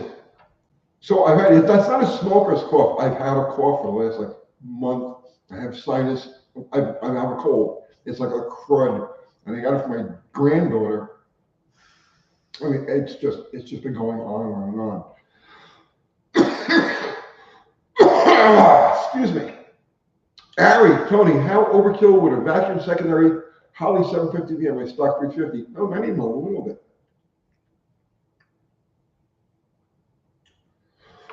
The COVID, it's possible. It's very possible.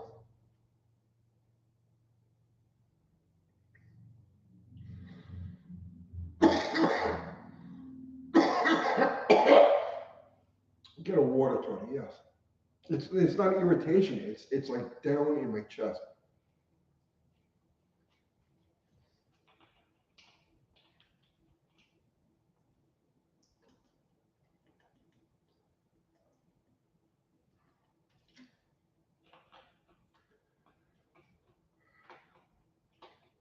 Chris Calvin, Scotty quits the show every third day. He's brilliant. He's the master of the clickbait.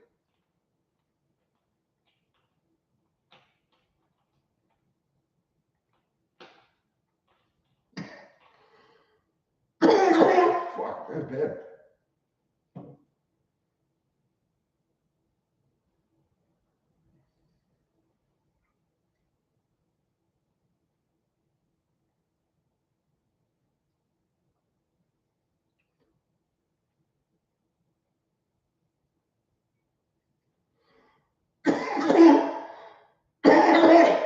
It won't come up. All right, let's see. UTG, have you heard of Mr. Heavy Chevy? I have not.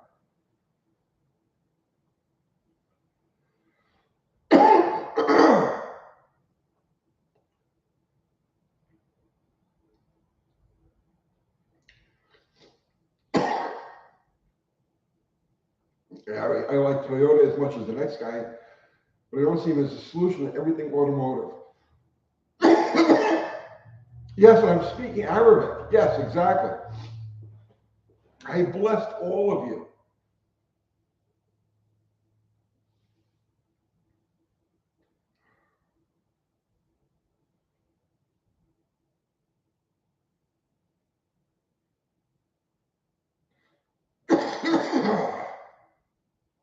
Okay. Let's see.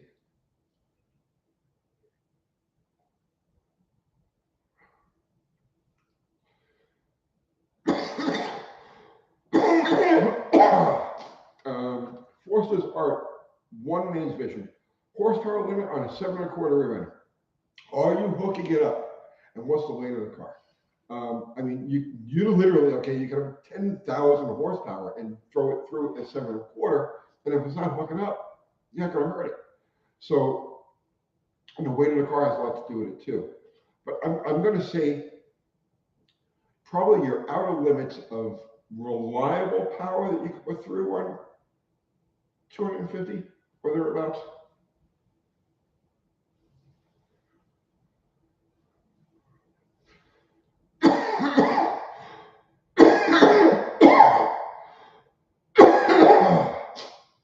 Douglas Self. Tony's for wrench turners. Scotty Kilmer for self-righteous virtual signalers and references to the auto mechanics and brings a lot of money. Listen, it's a big world. You know, there's lots of cookies in the bag. So I appeal to some of those cookies, and Scotty appeals to other cookies, and Cletus appeals to other cookies, and you know.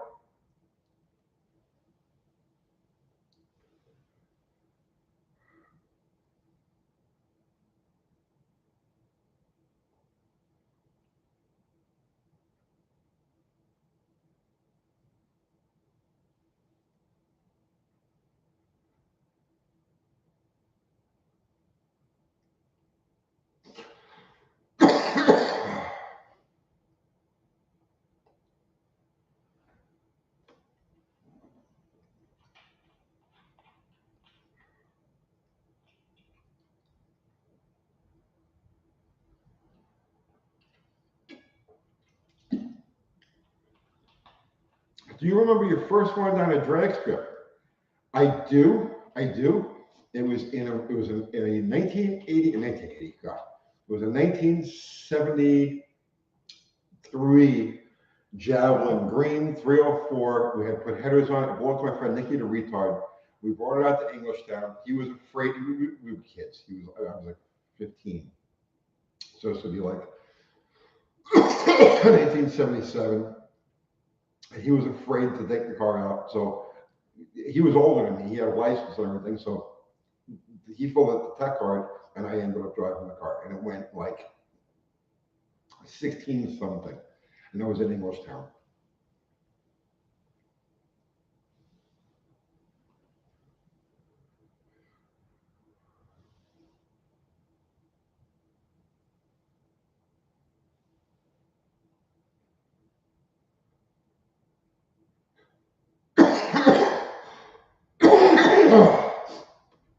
Let's see.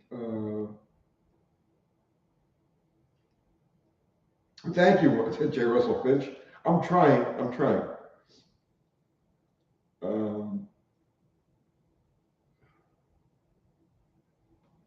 Andrew Button, I don't think anybody 8 3/4 ever had a 4.5 inch bolt pattern. No.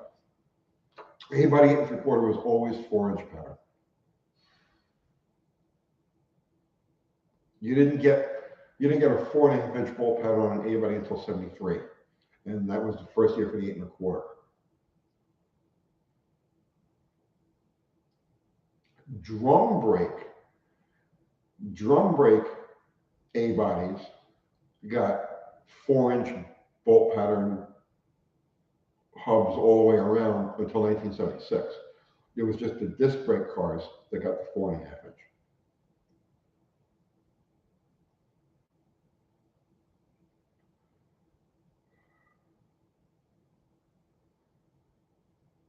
And Ari just put up a link to check out Tavo's garage. He's got a lot of stuff going on. Hemi 6, so you know the Australian Hemi 6, the legendary Australian Hemi 6, which we got none of here, and God only knows why we didn't. But Tavo's garage and Ari just put up a link to Tavo's garage. So if you're interested in those engines, Uncle Tony, where's the puppy? At the house. I'm here at the shop. I'm in the hallway at the shop.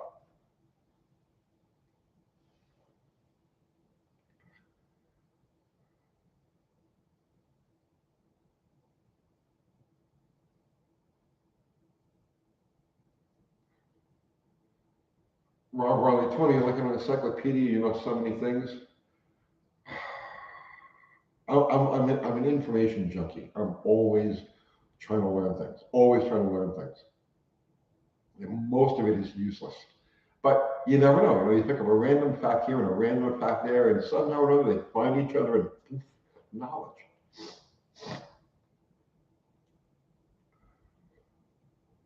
Dark Brandon is in my head.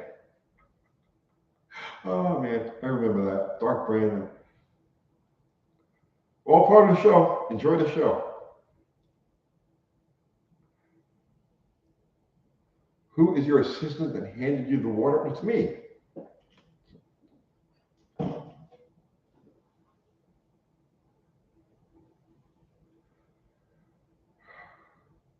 Billy Bob Holcomb, what is the most useless fact that you know? God. I can't even, I can't even, I don't know. There's so many cubic miles of trivia stuffed in my head. I don't know. How many drag strips are in Tennessee? Bristol. Oh, okay, so starting over there, you got Bristol, Crossville, Buffalo, Nashville, Jackson, Memphis, Cookville. I'm going to say 10. I think there are 10. There may be more. There's at least 10 drag strips in Tennessee.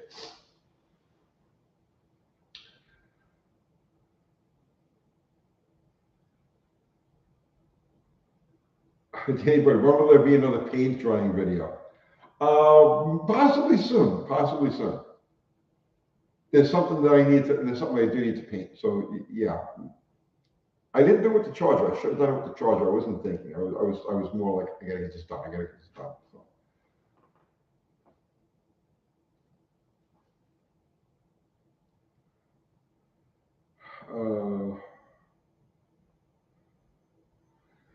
Andrew Button, the most useless fact ever is why the Demon ended up at the peak in 73 and looked goofy. It wasn't called a Demon. It was called a Dart Sport. It was a Demon in 71 and 72, and it was a Dart Sport in 73. Tony, what is the wind speed of a Northern Sparrow laden? Oh, God. In knots or mile an hour?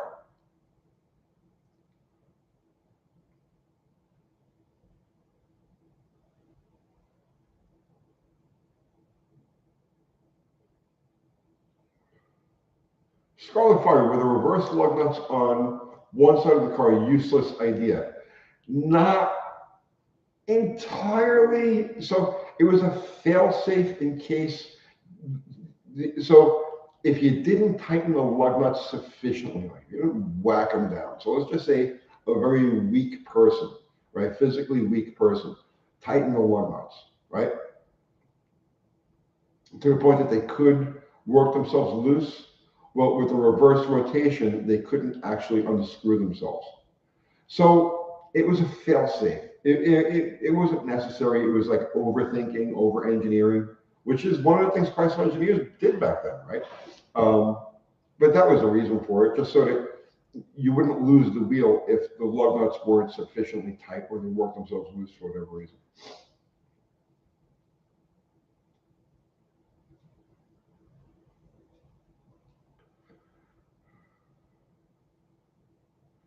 Jack Wynn, what would cause a small block 350 to overheat after replacing the radiator and water pump and flushing the system?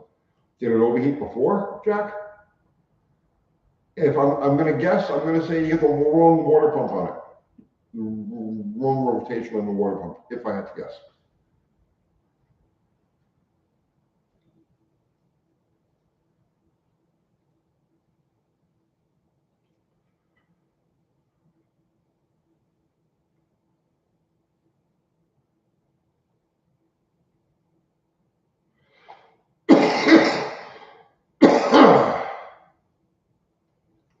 Let's see.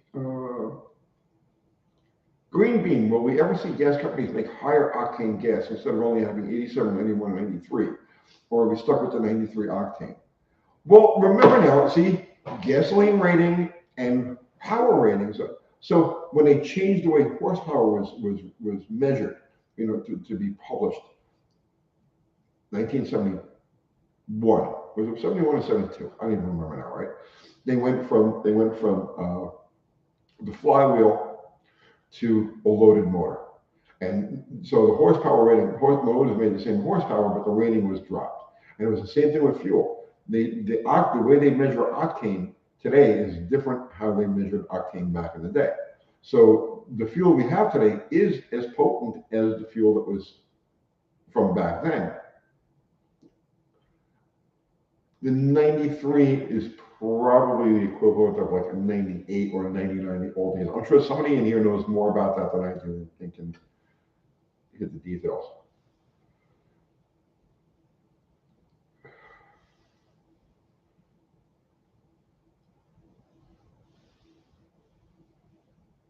Fartmaster Flash in Chicagoland on 74 McDonald's had a giveaway car called the McDart. That's cool. The two-door dart sport in yellow with a weird vinyl top and graphics. That's cool. Talbot Garage is saying octane is measured different in Australia. We have 91, 95, and 98. See what I'm saying? It's like the ratings are all over the place.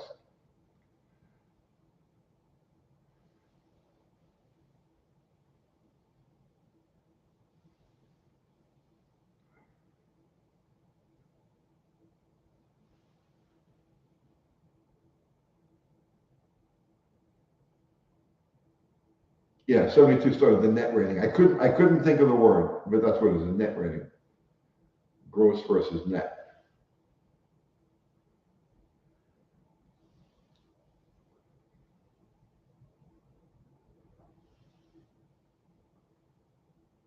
Octane is a tricky science. And all it is resistance to detonation. That's all it is. It has nothing to do with the potency of the fuel. It has to do with its resistance to detonation.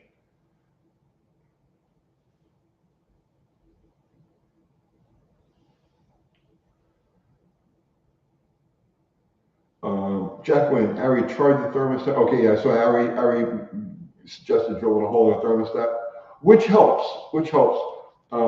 still overheats after driving, tends to overheat after highway driving.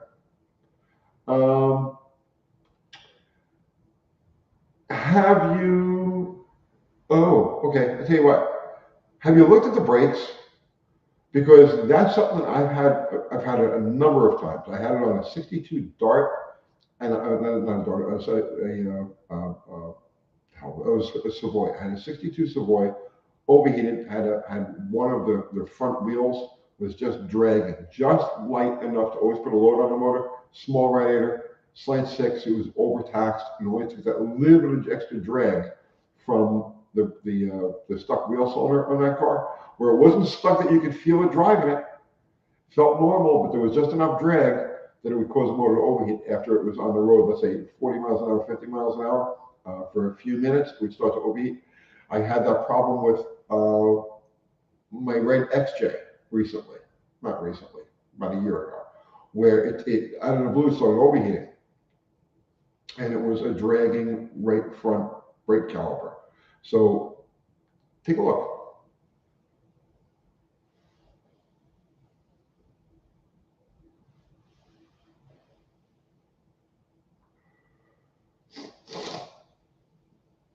Scarlet Fire, why were rear main seals always failing in the 60s? Well, those are things that are rope seals, and they would seep. So the rope seal was literally a piece of rope in graphite. They would impregnate the rope with like graphite, so it had this like a almost a spongy kind of feel to it. And for lack of a better word, it doesn't feel like just a regular piece of rope. It's a little softer than a piece of rope, and it's malleable. And you push that into the opening, into the section of a block where the main cap that the seal would sit in. It wasn't the best system. Once you got into the 70s, they started going to the rubber seals, the seals that we have today, and they're much better.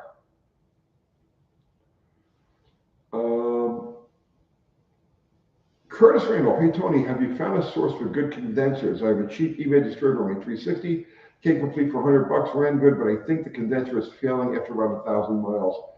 No, but all I do is I started just digging around any place I could find an old condenser. So now I've got like, I don't know, probably like 8 or 10 old condensers that look to be in good condition sitting in a drawer. They're untested, but they're old. And so I'll go through them eventually. When I have the presence of mind, I'll go through them and I'll plug them each into a running engine just to make sure that they work good. But no, I haven't found a source.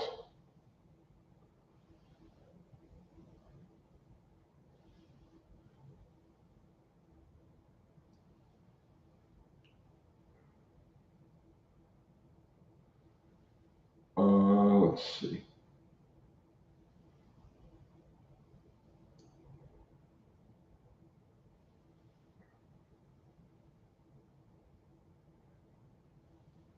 Douglas Self, Pontiac had a huge problem with leaking rim and seals on their V8s. Never saw a pointy nose without a tar pit underneath it. It was more than 3 years old. Yeah, you're right. And I don't know why that is, but yeah, you're right. Weren't the Pontiacs, the Oldsmobiles and the Pontiacs, weren't those the last ones to go from the rope seals? Because I seem to remember rope seals in those engines up until, oh God, like the late 70s. I could be wrong. I think they went away from the rope seals much later than everybody else did. Green Bean, thank you. Do you have a video on old car AC systems, either fixing them or replacing them or something like vintage air? I did. I actually did an AC video. Oh God, basics. Just on basics. 2 months ago. 2 months ago, I shot it out here. I used my swinger and I shot it out in the backyard over there. And yeah, about 2 months ago. Thank you for the super chat. Knurling is important on the crank also. That's right. The knurling has to face in the right direction. That's one of the things, like I've seen it numerous times where people will use because the difference between a reverse rotation crankshaft and a forward rotation crankshaft is the knurling on the rear seal. And if you use a reverse rotation crankshaft in a standard rotation, it'll leak out of the rear seal because the direction of the knurling is actually pushing the oil past the seal.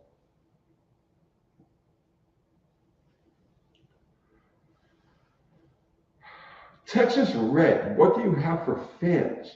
The electric fan on my duster was blowing the wrong way, swapped it out, and now it doesn't go over 200. Well, there you go, you fixed it.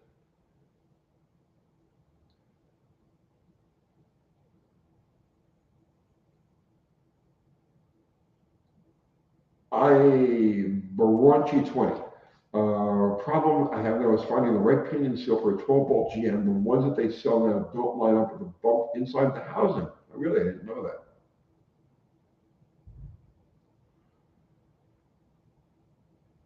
Steve Reno, let's do my brake conversion, single cylinder drums to power assist DVI bowl drum 66 Coronet. Okay.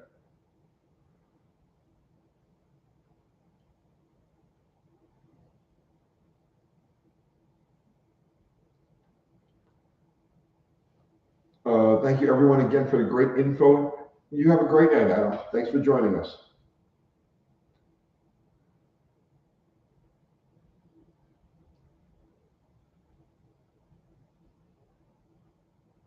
Greg Capuano, did customer ever bring you a hydraulic engine or hydraulic engine they drove through a massive puddle? No. I've had them with bent rocks. Never. Well, okay, yeah, I guess that would be hydraulic. Yes. The answer is yes. Then. So on Staten Island, where I grew up and did most of my regular mechanic work in my 20s and 30s, and 40s. No, 30s. On Staten Island, there were several areas where it was common to flood, and people would try to drive through these floods. Like there was one not too far from my house on Amboy Road, under the railroad overpass. And, people lived there, and they knew we'd have a massive storm, that the water would be like 4 feet deep in the center, but they'd drive through it anyway. So it was actually pretty common to have cars flooded out that way, hydraulic engines.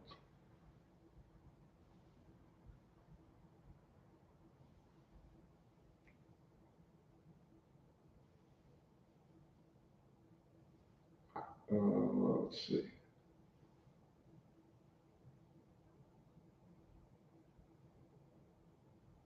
They had prohibition in the 30s.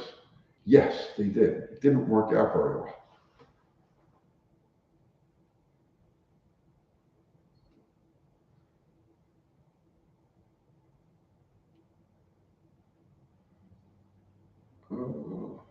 Let's see.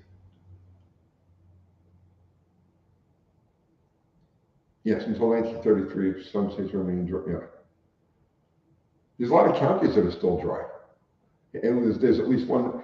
The funny thing is the county that lit in Lynchburg, where Jack Daniels is, about 30 miles from here, and it's a dry county. So you could buy the Jack Daniels there, but you can't sample it. And if you go into Jack Daniels and take the tour, they sell you lemonade.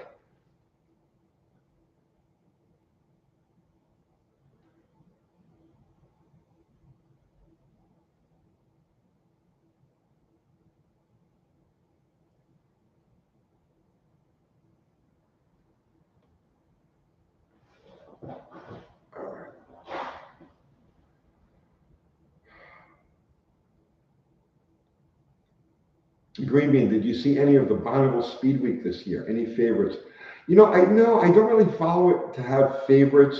I like it. It's neat, but it's really removed from like my regular, the stuff that I deal with every day.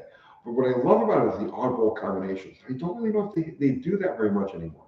I remember when I was a kid, they had like a 50cc motorcycle class, and these guys would go stupid fast with those 50cc engines.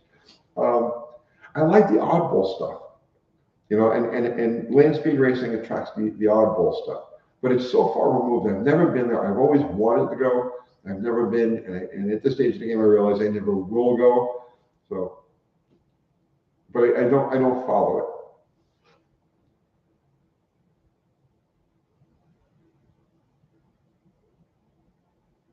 Rainy Sun 6, was the knurling crosshatch on? Yes, it was intended for rope seals.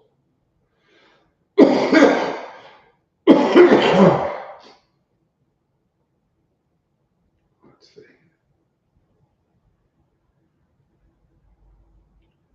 Jack Birmingham, two-stroke stuffing YouTube channel does 50cc land speed stuff. Okay, well, there you go.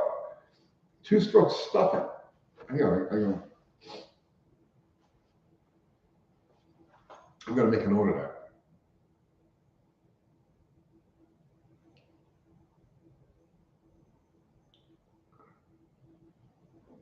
Okay. Two-stroke stuffing.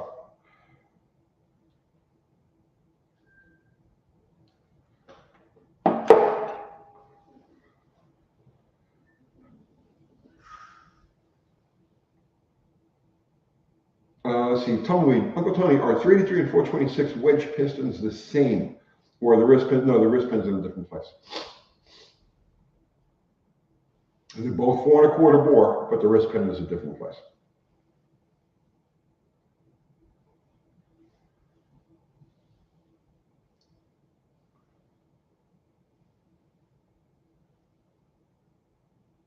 Okay, Ari just put up the link to two-stroke stuffing. Yeah, I definitely gotta check that out. Cars and Cameras is a great channel. Rob Riley, every once in a while I'll binge watch, like every couple of months, I'll sit for a couple of hours and I'll binge watch their videos. That's a great channel. They seem like a bunch of great guys, very good natured, very industrious, very imaginative. They get stuff done. Cars and Cameras is one of the best channels best automotive channels on YouTube. They really do some interesting stuff. They do some fun stuff. They built that, it was a motorcycle powered lawn tractor that looked cooler than hell. And I was going to try to contact them and see if they wanted to sell it, because I don't have the time or the inclination to build it on my own, to order it on my own. But if it's already done and the price is right, I would buy that just to have it kicking around. But yeah, I really enjoy Cars and Cameras.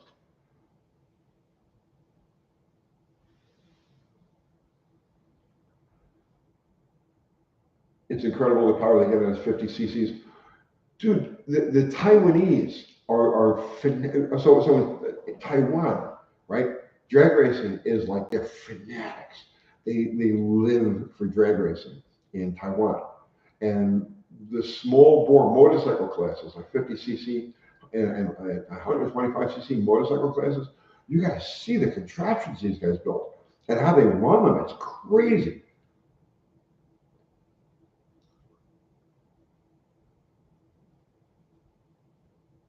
And the riders are all jockeys. They're all like, you can see these guys are like 4'8". You know what I mean? And they weigh like 65 pounds. And these motorcycles have like bicycle wheels, little tiny skinny slicks on them. It's awesome. Absolutely awesome.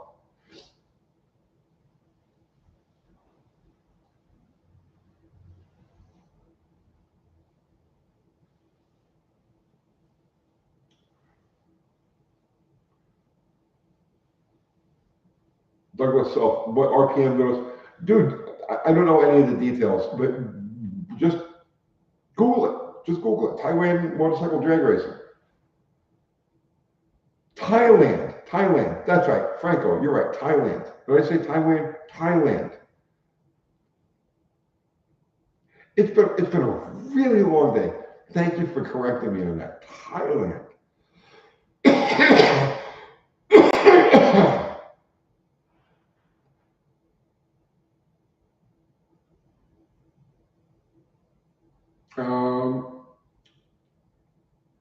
Bad 66 years old. Sleeper Dude is back from his road trip. I was wondering if UTG and Sleeper Dude are friends. We've never met. We talked once or twice. We've never met. He seems like a really nice guy. I love his family. Yeah, Sleeper Dude guy seems 10,000%. 10,000%. But yeah, no, we've never met. We've never met. I invited him anytime they're in the Nashville area. I told him I want to take you and your family out to dinner.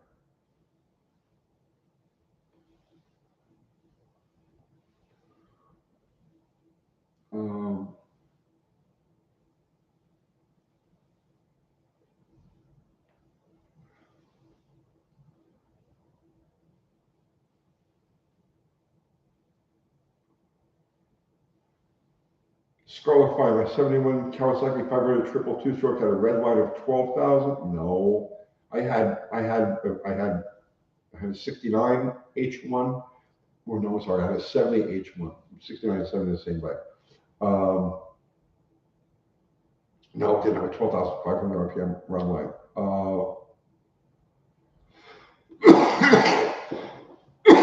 It was up there, but it wasn't that high.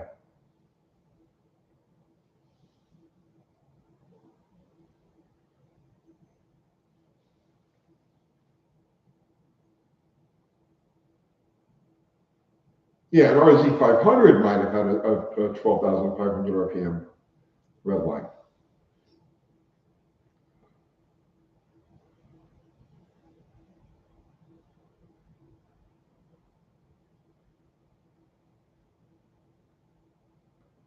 You'll say a prayer for UTG, hope he's okay. I'm fine. What are you talking about?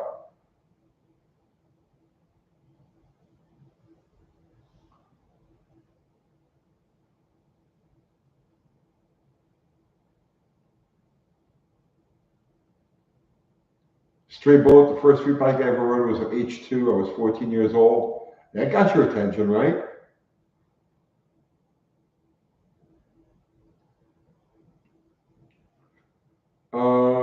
Let's see. Jake, does the heater box need to be removed to replace the heater core in a 67 Coronet, no AC? Yes. Oh no, I'm fine. I've had this cold. Maybe it's the new version of Rona that's going around. This will be my third lap with that, third time around. But I caught this from one of my granddaughters about 6 weeks ago, and I haven't been able to shake it. And it's a sinus thing and it's a chest thing. And this is sometimes it's worse than others, but it's lingering. It won't completely go away. So your coughing fits. I get the sinus thing going on, and it's just.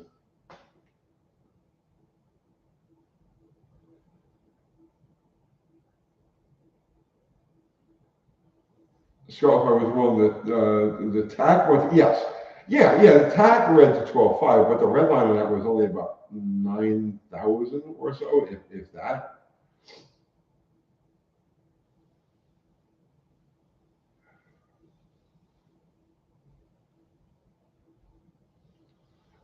Mean Machine Mania, have you ever shortened the rear end DIY? Yes, I have.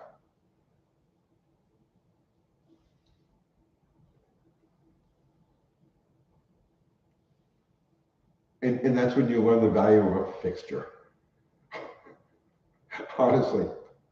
You know, because okay, that's no big deal. I'll chop this 3 inches out of here and stick it together and make everything really careful, my measurements, and I'll weld it carefully. And then no, it's always going to kick over. It has to be done in a fixture.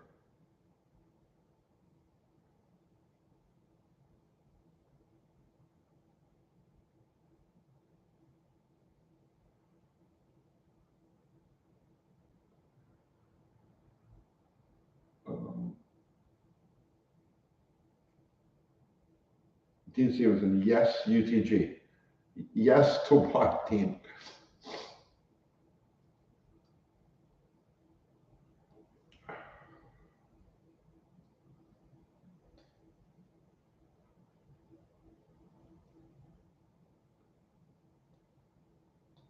Let's see.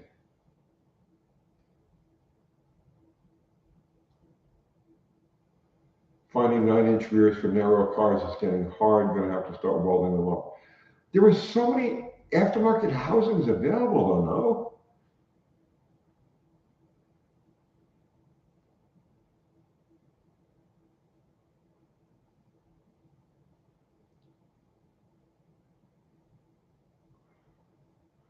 Drink some good old whiskey and shine that'll flush the cold away? No.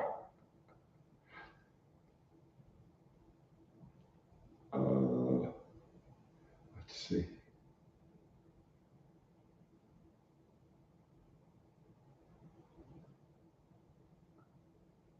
All right. So we're going on a 2-hour mark now. I am going to get ready to pull the plug, my friends. Hibiscus tea will possibly. I'm just going to go take a slug of NyQuil and pass out. I got so much to do tomorrow. It's crazy.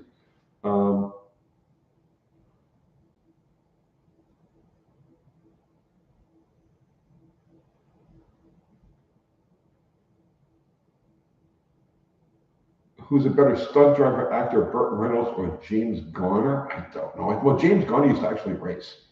I know about Burt Reynolds, but James Garner was an off-road racer, and he did like small open wheel cars, right?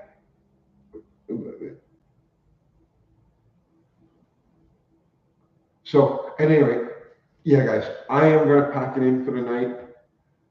Alka-Seltzer cold and flu, Franco. It's a good idea, actually. So, guys, thank you so much. I'm sorry for the false starts. You know, it happens. You know, the second time that at the house that last week was the same thing. We were going into, and it was over. So, you know, I'll just come out here and do it here. So, our awesome mods, Ari, Fubar, Zero, my brothers, thank you again so much. Everybody contributed with Super Chat. Thank you. Keep the wheels turning, the bills paid, all of this stuff. Thank you.